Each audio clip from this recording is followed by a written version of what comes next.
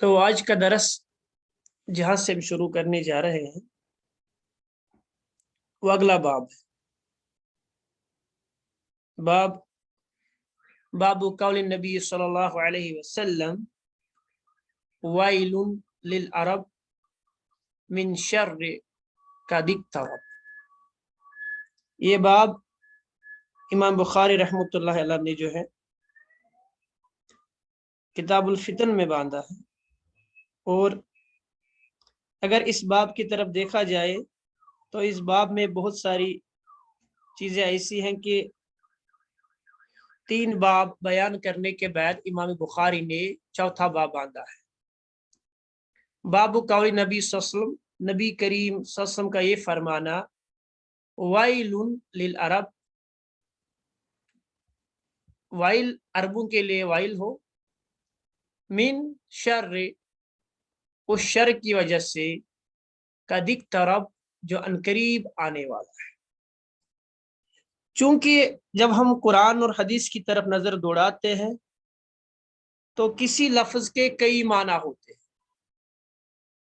کیونکہ یہ اس سے پہلے بھی میں نے بہت پہلے اپنے فیس بک پہ شیئر بھی کیا تھا اس حدیث کو، کہ اس حدیث کے ٹکڑے کو جو ہے اس کو کس طرح ایکسپلائٹ کیا گیا اور اس سے کیا خاص مراد لیے گئے۔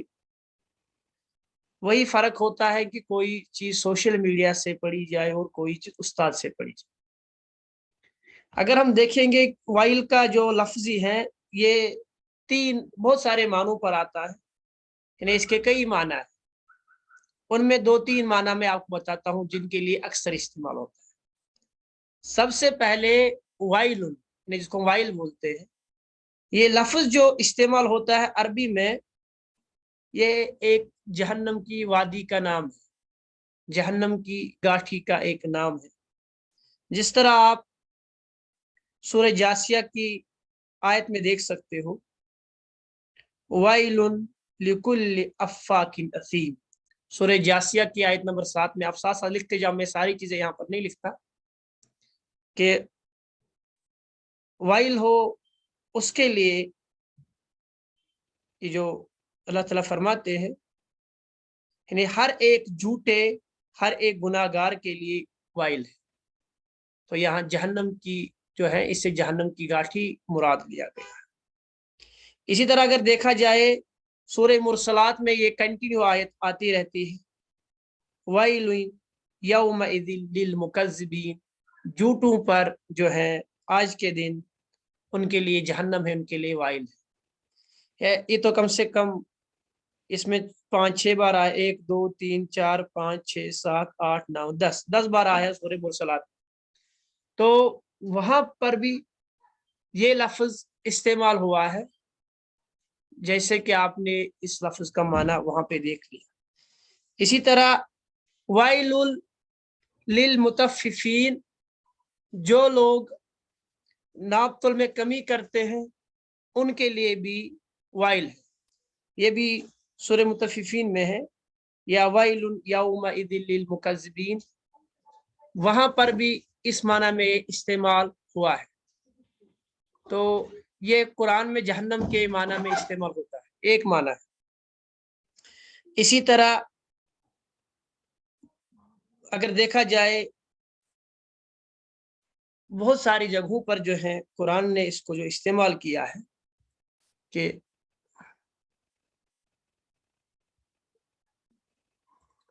تو یہ بھی ایک بڑی چیز ہے جس معنی میں اس کو استعمال کیا گیا۔ یہ پہلا معنی ہے جس کے لیے استعمال ہوتا ہے وائل۔ تو اسی لیے اگر ہم دیکھیں گے بہت سارے شارحین یا بہت سارے جو ڈکشنری والے جو ہیں، جن کو ہم کہتے ہیں لغت، جنہوں نے ڈکشنریاں لکھی ہیں، وہ بھی اس کا معنی یہی بیان کرتے ہیں کہ جہنم کی وادیوں میں سے ایک وادی ہے۔ تو یہ ایک معنی ہے جو میں نے آپ کے سامنے رکھا۔ اس کے لیے قرآن کی ان آیتوں سے جو میں نے یہاں پر جو آپ کے سامنے رکھے استدلال کیا، کہ ان آیتوں میں قرآن میں جو معنی ہے وہ جہنم کے ہے، یہ سب سے پہلا سمجھنا ہے۔